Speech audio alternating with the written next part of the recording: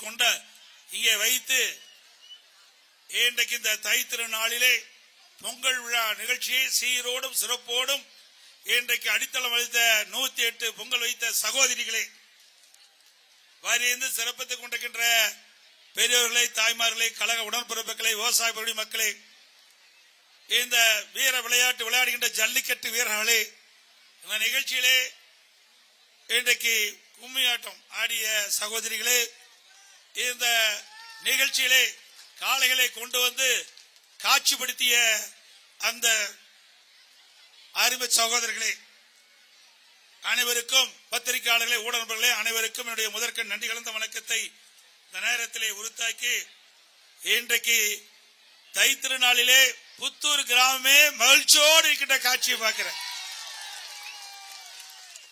நானும் கிராமத்தில் பிறந்து வளர்ந்தவன். இந்த திருநாள் உழவனுடைய திருநாள், விவசாயிகளுடைய திருநாள்.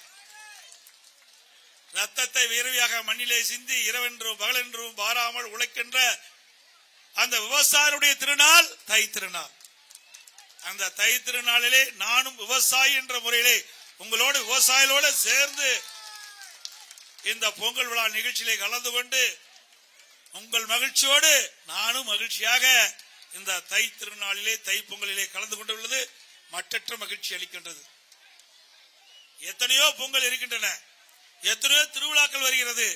ஆனால் கிராமத்திலே இருக்கின்றவர்கள், நாட்டு மக்களுக்கு உணவளிக்கின்றவர், அந்த உழவனுடைய திருநாள் இந்த தை பொங்கல் தான் என்பதை நினைவு கூற கடமைப்பட்டிருக்கின்றேன்.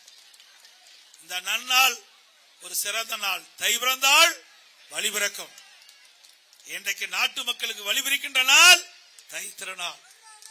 2025 ஆண்டு ஒரு சிறப்பான ஆண்டாக அமைந்து அடுத்து வருகின்ற 2026 ஆண்டில் நாம் தை பொங்கலை கொண்டாடுகின்ற பொழுது அந்த மகிழ்ச்சியான நாளிலே, ஒரு எழுச்சியான நாளிலே இந்த தீய சக்தி திமுகவை வேரோடு அழிக்கின்ற நாளாக அமையும்.